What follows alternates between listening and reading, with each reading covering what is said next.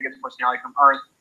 And then in House Legacy, Ikimu's got a machine in another dimension that beams their brains into toys. Yeah.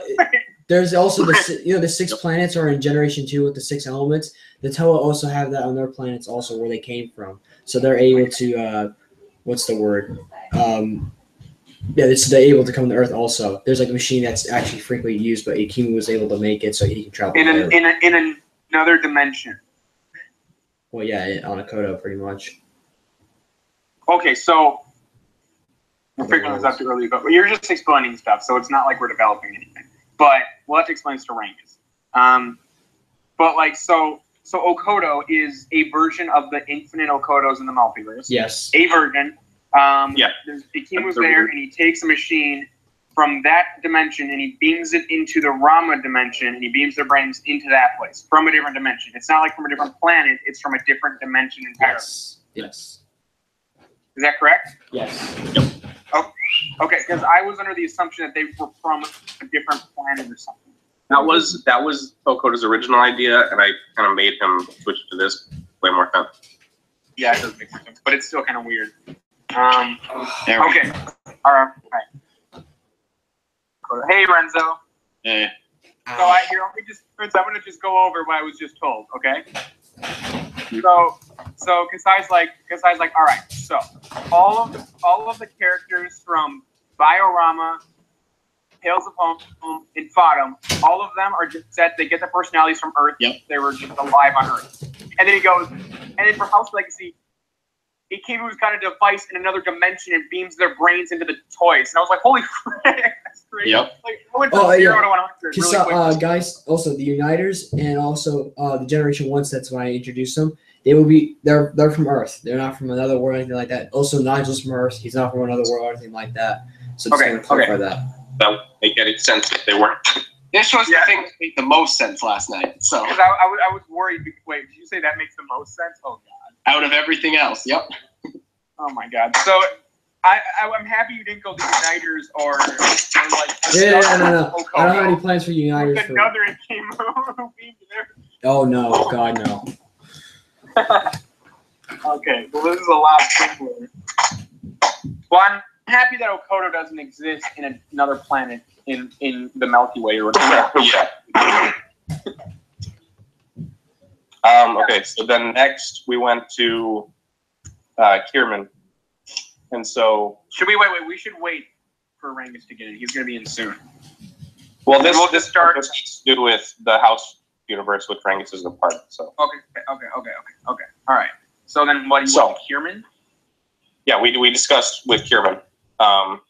And so Kierman, when he travels to Earth, we established that he's human-sized. Like in 1800s or whatever. He's human-sized because he's not a toy.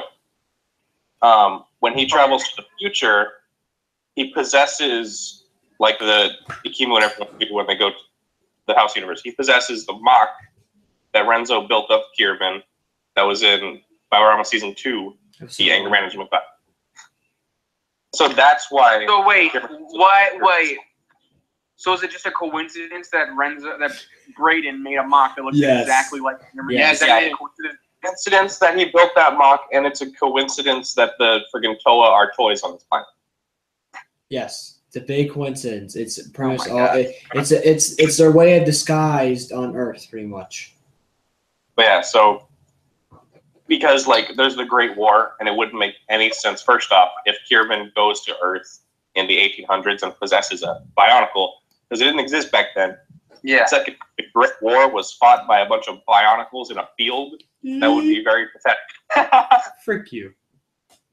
A bunch of 12. So it makes more sense for them to be human-sized when they go to the 1800s. Okay. Yes, except for the Chamber of Light, which we still have to figure out about. Can I clarify something real quick here, too, that I should have clarified? And I'm going to clarify it. So the way Camille's watch works is basically it changes his shape to his size to deal with whatever situation he's in, whatever dimension. So that's basically how that works. So he can so if he goes to like a Earth, it could change him to be the size of a person, or if he goes to the Ramaverse, if he needs to deal with a bunch of toys, he will change shape to do with toys. Same thing with Richter, and same thing with the Cataclysm. I just want to cover them. They just change shape based on what dimension they're in. I just wanted to. That's why Yeah, I was, yeah, because I was telling you about sort of like about that last night with Camille, like how he's like, oh yeah, you know, for on Earth, he's taking form as a toy. He's known as a toy. He's just taking disguise as that. No, Chameleon's not taking disguise. He looks exactly the same as he would if he was 6 feet tall. He just changes his scale. He's like Ant-Man. Well, not exactly disguise. I kind of like. No, it's not Yeah, disguise. yeah. Because it's just his normal look, but he's just small. I'm just thinking of the. Hey, Rangus. Hey, Rangus. All right, let's get into this. All right. Okay, So, Rangus, so- are you recording? What Can you start recording this? What the fucking hell? Oh my damn, dude. Like, slow down, man. Okay, so we're gonna start from the beginning because it didn't take that long. Yeah. Once Rangus gets But started. you got to start recording this so we have it all in recording. Well, yeah, this is gonna be like. You don't need to edit it or anything. You don't need to edit it. We're just having it for future reference. Okay. Yeah, all you need to do is just record it and then upload it to the Hapori channel. Name record. Yeah, I asked you that, you frick. Yes, I did. When? In chat. Like twice in the chat, fool. You fucking motherfucker. You're blind, bro. You're Sorry, what? just record this call like you do a podcast, okay? I am. I'm not going to put on. Gentlemen, I'll be right back. My father is home. I'm You going won't need to edit it. You won't need to edit it. You gotta upload it. All you gotta do. Alright, okay. Gentlemen, my No father is home. I'm going to greet him. Alright. Alright, let me put an OBS. I'm just going to let play.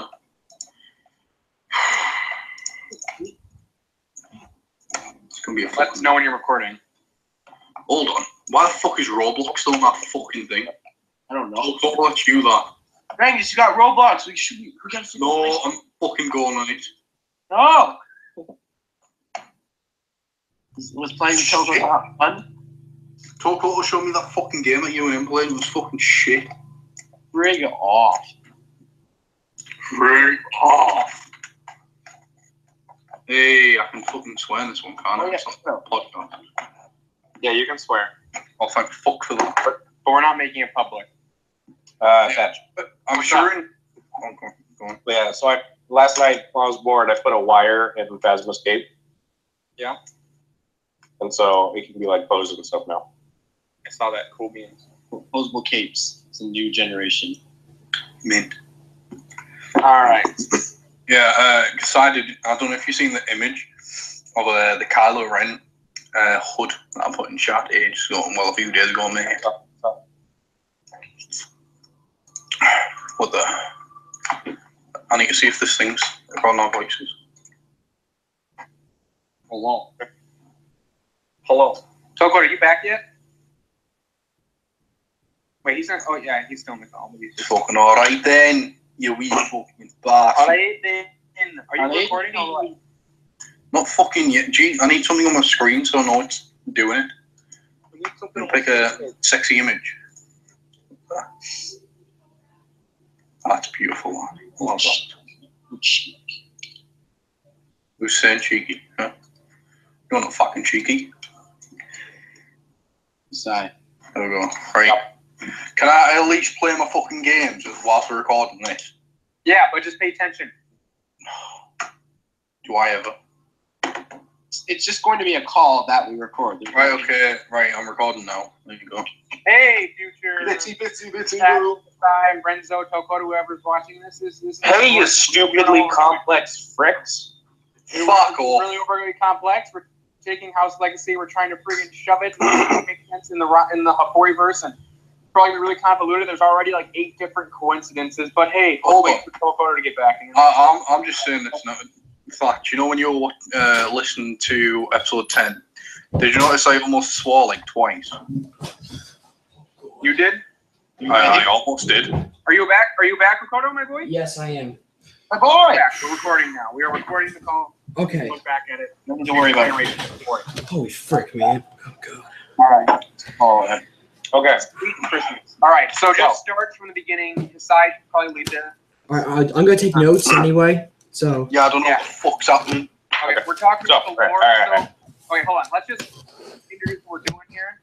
We're talking about the lore of the multiverse that all of our series take place in, that I just coined as. Oh, so whatever the fuck's being said is going to affect our everyone's shit. Well, it's the lore that we're all gonna. You probably won't be that big of a deal. Probably won't be too much of an effect, but it's just the lore that we're all gonna have and agree on between this Hapori verse, and it's gonna go into things about different universes, different dimensions, but overall, so we can all agree on one backstory and figure everything out. Okay. Again, Rangus, it will not affect your grade per se. It will affect is like crossover things. So that if you want to keep consistent, the universe. I'll be right back. I just want to say we are not touching the creation of the multiverse. Okay. Oh, We're not touching it. And that was never the plan. I know, but I'm just establishing that we're not going to go friggin' Zeus created it. We're not going to go Jesus created. Not doing any of that. Okay. No. We don't want to. That was never the plan. That was never the plan. I know, but I'm just saying this is the future. We're developing stuff right now. Okay, so we're also like making stuff. So I'm saying that that's just laying down the law. We don't want to tick any religious people off or anything like that. We're not touching the. Wait, why are you saying it like this? This isn't getting uploaded, is it? Like public? It's not, but no, it's contained spoilers anyway.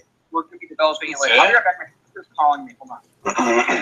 Okay, so I'm going to start with the part that Thatch already heard. Oh my god, you're fucking. What's going on? Yeah. In the house verse, which is Biorama, Tales of Home, Bottom, and House Legacy.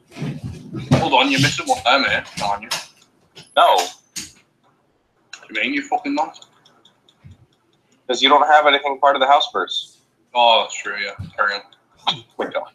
Alright, guys, we'll be right back. Okay. So, the characters in Biorama, Bottom, and Tales of Home Sorry, we'll be right back. are all sets who were built and born on Earth. That's where their personalities come from. They originated. Yeah. I covered that. Just let me talk, Ringus. Calm down. So, the characters in House Legacy, minus Nigel and Dwight, are all characters from a alternate version of Akoto, where Ikimu has this machine that he can use to transmit the minds of, say, the Toa, the Protectors, stuff like that, into a different dimension, the Houseverse, where they possess toys. And that's how they get there, and that's why they're different. So, that's pretty much that. I mean, there's not much more to say with that. I guess the toys themselves, minus the House Legacy ones, are brought to life through the light, which is the Mask of Light, which is hidden on Earth, but through Kokoto series. Okay, I'm back. I'm back too. I just basically explained everything that you heard already, minus the German stuff. But okay, so here, I'll restate the last part. So the toys in like House Legacy, Biorama, and Bottom are all brought to life through the light, which is the Mask of Light, which is hidden off Earth through Kierman. He hid it there, whatever. And then the light system itself is what gives them like their powers and like all this energy. Whoa, what? I didn't hear that part. Okay, so yeah, this is okay. So in House Legacy, Kierman in the past hid the Mask of Light on Earth to save Malazor or whatever. When it was put there, at that point, it was able to start like it gained the ability or whatever to bring life to toys, stuff like that. So that's why in like Biorama, Bottom, House Tales of Home, they're alive. Okay. Okay. And then the light system, which is the energy given off by machines, that is what gives them like the ability to use powers and the ability to like fly and stuff like that. Okay. What about so if they run out of light system energy, they don't die. They just can't do much. Yeah. Well, light energy makes everyone more powerful, like even more. Yeah, that's what I just said. Okay. Yeah. Okay. What about the deal with like sun and like light? Is that the same thing or no? That's a different form of light energy. It's Okay, good. so like the light from the sun generates heat, which is a form of energy, and so that's how that translates. Well, Wait. Why don't we just say that machines give off light, the sun gives off light, and so the whole like power thing. That's like why in bottom Brutaka was in there because that was giving him energy. So Brutaka absorbs the form of energy that comes from like the light of the sun. Yeah, but why don't we just say they're the same type of energy? It would be way simpler. It is. It comes in different forms. Okay. Yeah. Okay. And maybe we can say like the sun's energy, and that also makes sense because humans we need the sun too. And we could, and it makes sense. We could say that the sun creates energy. Maybe it's not as powerful as the energy from machines. So like Brutaka doesn't go all Super Saiyan when he's standing in the sunlight. It just kind of makes him feel good. But if you really channel like a lot of energy from machines, it gives you more. You get more out of it because you're closer to it. The light from the sun is a different way to receive. It's not a different way. So it's kind of like this. One of the things Renzo said last night was if a set got hit by a lightning bolt and say they could handle that much energy, they could probably have enough power to like blow up a house. Okay. So lightning also causes light energy. Yeah, it's another form of like electricity energy, like that. So there are different ways, like harnessing electricity in the real world. There are different ways to harness light energy. Yeah. Sorath, for Darth Vader, he just pointed a bunch of lamps at him, turned it on, and let him bake there for a while. But there's also like the harvesting it and storing it in, vessels, like they do in Biorama. Yeah. So like people have their different ways of going about collecting it. Okay. One of the ways is trans pieces. So say someone like Akimu 2016 would make a fantastic vessel for light energy, whereas Liwa 2015, his light energy runs out pretty quickly because all he's got is his brain stuff. Yeah. Okay. So what if like the reason why trans pieces are more effective is because trans pieces take in more light because they're transparent, and normal pieces are solid, so they don't take in. So all different kinds of trans pieces. Sorry, go ahead. So I think we should assume that a baseline normal piece is taken a very minimal amount, so that sets like if you think of it like this, like similar to how something absorbs color, like it absorbs rays of light and reflects only one to show a color. Similar to that. Yeah. So you can still take in things, but slower. Probably like an opaque piece would probably like reflect some of the light energy and not absorb it all. Yeah. Whereas trans pieces would absorb everything. Yeah. So that helps with like Darth Vader, who was sitting in a chair, like soaking in as much like light energy as possible. He would need some because he has barely any trans pieces. Yeah, he would need to sit there for probably like a few hours. But yeah, so that covers the powers, the light, and where friggin' the House Legacy characters come from, because that's freaking weird. Oh wait, I gotta note that. So I have four things I have about how the sets are alive on Earth, how the light from the sun, and also how the trans pieces are the vessel for light energy. Yeah. Because it makes sense. All right, so I had to get down with how the teleportation about how they can switch their minds to Earth. All right. So now on to Kierman, who is known to travel to like the 1800s on the Houseverse Earth.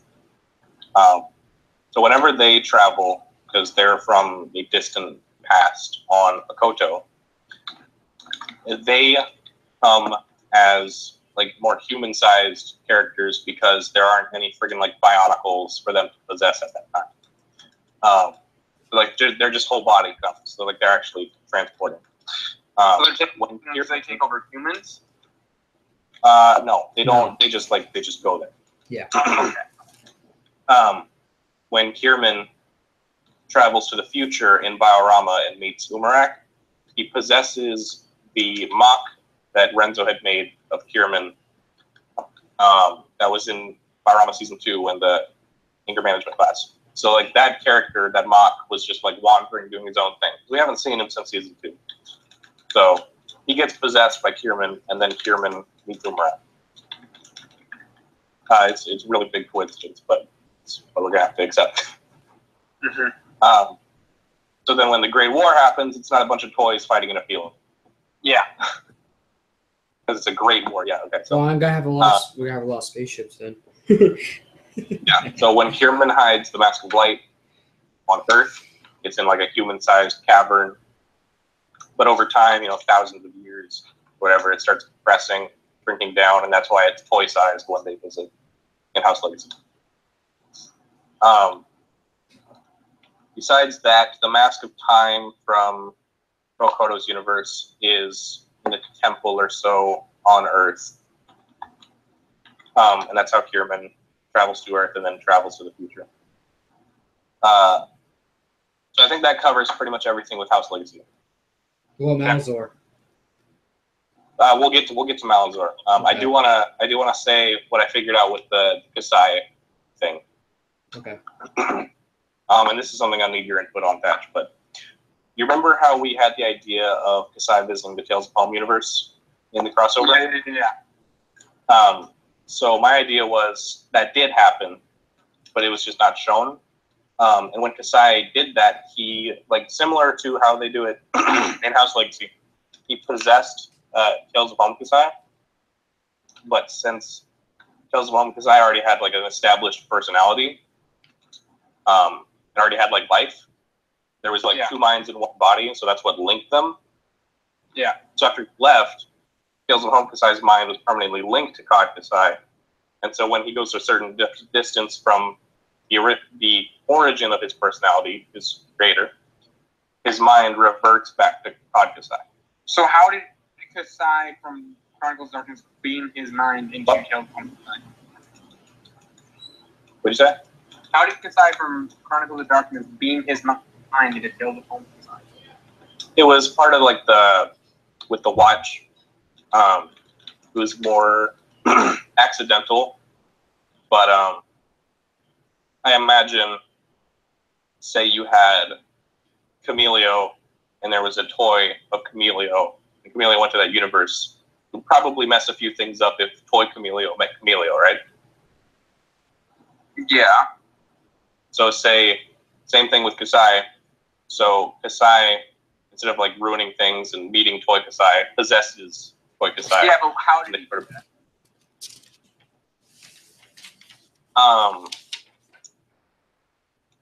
I'm just gonna say it's more of like a merge. It's not like possessing. Like they just sort of, their two bodies become both one thing. I think that's just the most plausible. How and where did that happen? How did Kasai from Tales of Chronicles of Darkness get his brain to merge with Tales of Home Kasai? When did this happen and how did it happen? When he traveled into that dimension through the watch. When did he travel there? During the Christmas special, when he had the watch. Oh, so there's a scene in that Christmas special he traveled there in the watch. Yeah, it's like a deleted scene that was never actually deleted. Okay. Well, you should have definitely told me about that because that's my Christmas special. But, I only figured it out friggin' last night. There's a deleted scene we just didn't see when Kasai's traveling through different universes. He goes to Tales of Home, but maybe the watch is like, yo, there's a toy here, I'll just beam you into the toy, and the toy already had a consciousness, maybe the watch didn't take that into consideration, and then all it is a machine, so it doesn't, there's errors to be made. But yeah, so that would be why they're linked. And then that helps with the explanation of like why Tales of Home Kasai reverts to Cod Kasai at a certain like distance or whatever. Yeah. Okay, hold on. Okay.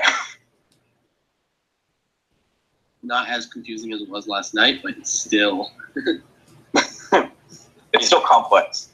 Oh, yeah. But like I said last night, it gives us an edge. Definitely. Makes us a little unique. Stand out a little bit. It makes us freaking convoluted. It does, but I don't know. Why not? flying guy. I almost finished writing a whole page. Okay. So, are we done with that? I think Batch left, actually. Batch, are you there? What? Okay. Oh, I thought you Wait. Sorry about that. Minkus, are you getting any of that? Yeah.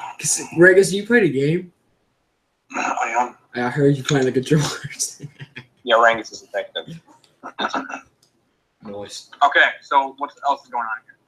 Okay, so we finished everything with the house verse currently. Wait, why would I need to take that in? I don't have a house. There's more. There's more Rangus. And I have a house thing, so I need to know. Yeah.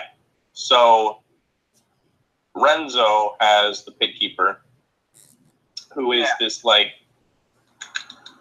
god-esque character who's been around pretty much since the beginning of the house verse, and he's the one who created the pit, and that's where he lives now. He can't be a god.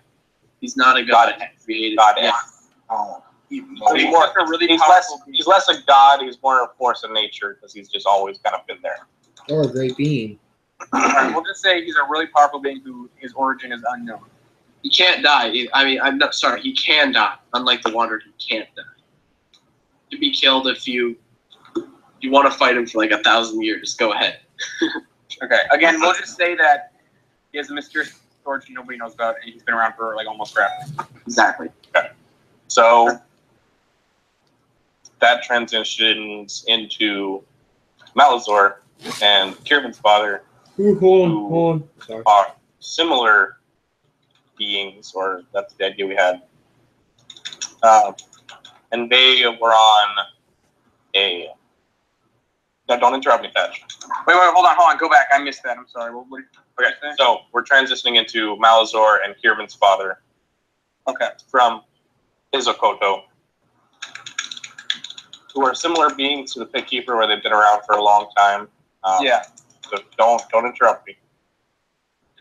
The idea we came up with was, at least for that dimension, there was a council of beings, but then Renzo and I thought that, just as like a spitball idea, there could have been a council of beings similar, like the Pit Keeper, Kieran's father, friggin' Malazor, from throughout the multiverse. And the reason most of them don't appear is like Malazor killed them because he went a little crazy Before he got trapped. Okay. So Renzo told me about that. So the idea here is that there were a bunch of really powerful beings around-ish the early times of the multiverse. However it was created, it was, and then maybe a couple of thousand years later, these guys showed up. Maybe natural forming planets, because life forms on planets.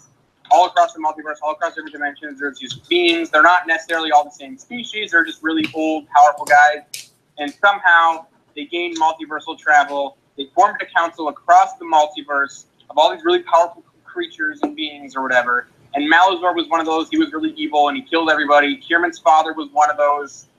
And so was the Pit Keeper.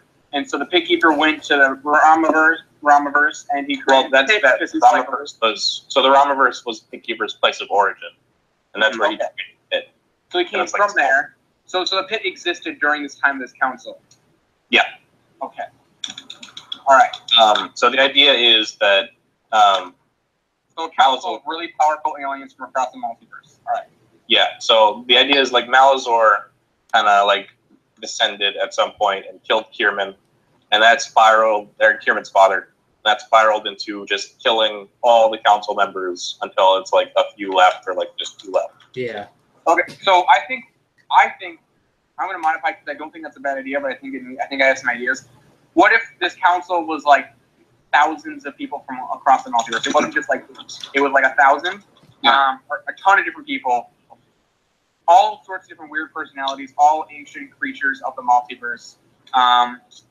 Of their respective universes, and maybe this was like their attempt at like multiversal peace. And I've got a good idea because I just got to say something that's going to be. I mean, this is going to be revealed in bottom 5. But Camilio, the way he can travel, the way his watch works, is that this actually ties together really well. Was that there was a celestial? Some species took an ancient celestial being that had power to travel the multiverse, put it into this watch, and basically used that to channel its power so that it could travel. So this being is inside Camille's watch. Oh my gosh. Okay, so I just had a brilliant idea. So that works really I was going to say, what if some of these people who created the watch were some of the members of the council, and they took one of the most powerful members and put them in the watch or something like that? Yeah. So like, let's say like the most powerful member or whatever, one of them who had this power and was like one of the ones to like unite this council to begin with, was like starting to like fake it, or like his energy was passing. And so to preserve, so like he was starting to like die basically. Mm-hmm. So to preserve him, they put him in the device to, keep him alive. No, that doesn't work because he needs or like not alive, but like more like a state of stasis. I know, but the idea though, okay, and it's a girl, by the way. The idea was that though they put them into the watch, they like kidnapped them or they trapped them, put them into the watch to create like this to create like, oh god, I got a really good idea. Holy frick! Okay, so forget that. So what if this person is really was one of the original members to form the crew together, and they were one of the good people. They were like really good, and like really, they were like the anti-Malazar. They were really good. And so what if Malazar almost like kills them and they're fading? And so some people scramble, put them into this watch to preserve whatever's left of them. And they're like, okay, because you're not around to protect the multiverse, we'll send this watch around and we'll have other people have it so that they can continue your good deeds and you can kind of guide them, and you can have multiversal protectors to do your bidding since the council's like been destroyed by Malazar. Yeah, okay, and then friggin' like so they send it off, and then Malazar like finishes them off eventually. I have a name for the council that's kind of stupid, but I think it kind of tie into the Great War, the Great Council, because of the multiverse. No, I think we should just call it like I think it needs to be called like the Ancient Congress or something. I don't know, something like let's just call it like the Order. I think. I don't know. The Order sounds like evil. Yeah. Yeah. I think it should be called like maybe like the Peacekeepers. I don't know. That sounds good. We can go with that. I kind of like ancient. I don't know. I kind of like adding like this feeling of like biggerness. And well, they probably didn't call themselves ancient when they made it. Yeah. Yeah, we're thinking because now that they're gone, a looking back. Wait, can I mention this? Can I add a character to the council or no? Sure. I was wondering if y'all know Ouroboros. Lorenzo's brother? No, I'm sorry. No. Oh, that's Minzu. Get out of here. No, he's talking about the Renzo villain. Yeah. Okay, Ouroboros. So he's not super powerful. Worked with Malazar. Yeah, he's super old, but he's not like. Yeah, exactly. That could make sense actually because he has to be like trillions of years old. Yeah, basically. Wait. Is he the main villain of Renzo Ouroboros? No. Actually, that would make sense, but he's. No, don't do that because that'll seem too much like the House Legacy. Yeah, no, he works with Minzu, but he's trying to stay in hiding from Malazar, so he's kind of. Okay, so I also want to clarify something. Mm-hmm. I came the other day. The Protectors of the Multiverse, they have a name. They're not just called the Protectors of the Multiverse. They're called Paladins. They're called the Paladin or whatever. It's just that because Protector of the Multiverse is so annoying, and Camilio just didn't know that, or something like he didn't pay attention to something. So is he gonna learn that when he meets the other Protectors? He's gonna learn that when the watch wakes up. I like Autumn, but oh well. Because the idea is that the watch, was that this being was able to talk to the Paladins forever, them. So, but at some point, the Paladin right before Camilio got attacked by somebody, probably the Cataclysm. No, we're not tying the Cataclysm into the Council. Cataclysm's its own thing. Nope. No. We weren't ever thinking about that whatsoever. For the Cataclysm is its own thing. But whatever, the Cataclysm, somebody attacked the Paladins and basically locked up this being in the watch so it couldn't talk right before Camilio got it. Camilio gets it. They can't talk to him. He gets like a glitched up orientation, so he doesn't really know what's going on, which is probably why he's a pretty sucky paladin. And then it wakes up again in Bottom 5 when Professor Eon kind of like fixes this like lockup or something. Oh shoot! Okay, so then friggin' Camilio is basically gonna have his own like Cortana. Yeah, but kind of different. But yeah, Camilio's gonna have that for. So, Okay, cool. Yeah, I like that. So where was I? Okay, yeah. So Renzo just what? We need to write this. I didn't write any of that down. Whatever. We You got it. record. I mean, it's on record, right? So, Right, so Rangus, you're recording, right? You're recording. Yeah. Okay. Okay, so Renzo pitched friggin' Ouroboros. I have someone to pitch because it was an idea I had originally. But so there's the 6 or 8 gods in COD. And my idea was originally they were all spawned from like just one being who like broke off and just created these individuals. So if that one being was part of the council, and as Malazor was doing his thing to hide from Malazor, he like splits himself up into these 8 beings so they're not a target. Yeah. And that's like the origin of Drovix and stuff like that. Okay. That's really cool. Yeah. All right. I like how Malazar wants to kill everyone. Yeah, so friggin' Malazor is like a Yeah, so he can. So you know, he can be the only. He can be the only member of the council. So he's trying to kill everyone off. So he can be the only one to rule. Freaking Malice was like the ultimate multiversal bully. I know. I like that. I think that's really cool. I really like that. He's like a multiversal terrorist. Yes. Basically, he's off killing He everybody. wants death to everything. Yeah. Cataclysm is a multiversal serial killer. Malazor is a terrorist. Yep. I think they'll get along just fine. I don't feel like that's right. I feel like a Cataclysm is more like a multiversal giant nuke that will kill everybody.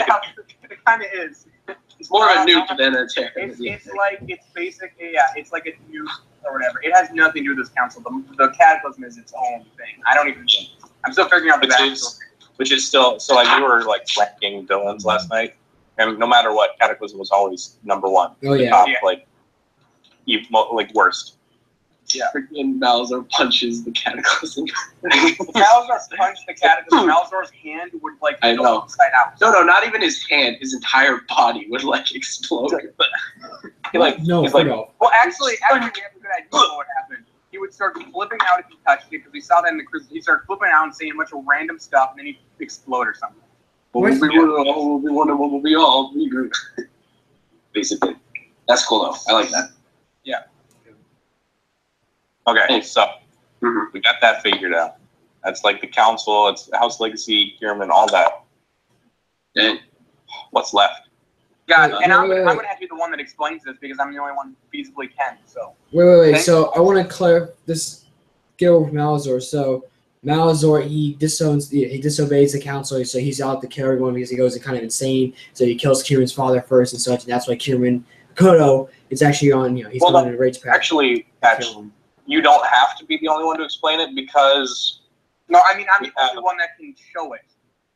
yeah, show it maybe, but explain it not so much because we have Drovix, we have the Pit Keeper, we have Malazor, and Ouroboros now, so he's. Ouroboros. So there's a lot of like thousands of these outlets weird for explanation. I know, but we're gonna need They're at the some one point. Like yeah, you're the one who can show. Like at some point we're gonna I think all of our students are just gonna have to go over it because not everyone watches every single one, so it can't be like a piece of information is missing from Fraudum that's in Biorama because not everybody watches Fraudum watches Biorama. So yeah, and that's perfect because friggin' Legacy of Light is gonna go way in depth with like the gods and like Drovix, so that's perfect. yeah, and I'm thinking of since the being that's in Camino's Watch is like one of the ones that pulled it together, that like it's easy to since they're like one of the more head honchos of this council, it'll be easy to explain it because they're bigger. So it's not like Ouroboros where it's like just some dude. He's like probably one of the lower members. It'll be. I'll probably have to end up like going. I'll probably go over a lot of it. I'll probably say like there was this terrorist that kind of took it down, and I probably won't talk say Malazor's name specifically or something like that.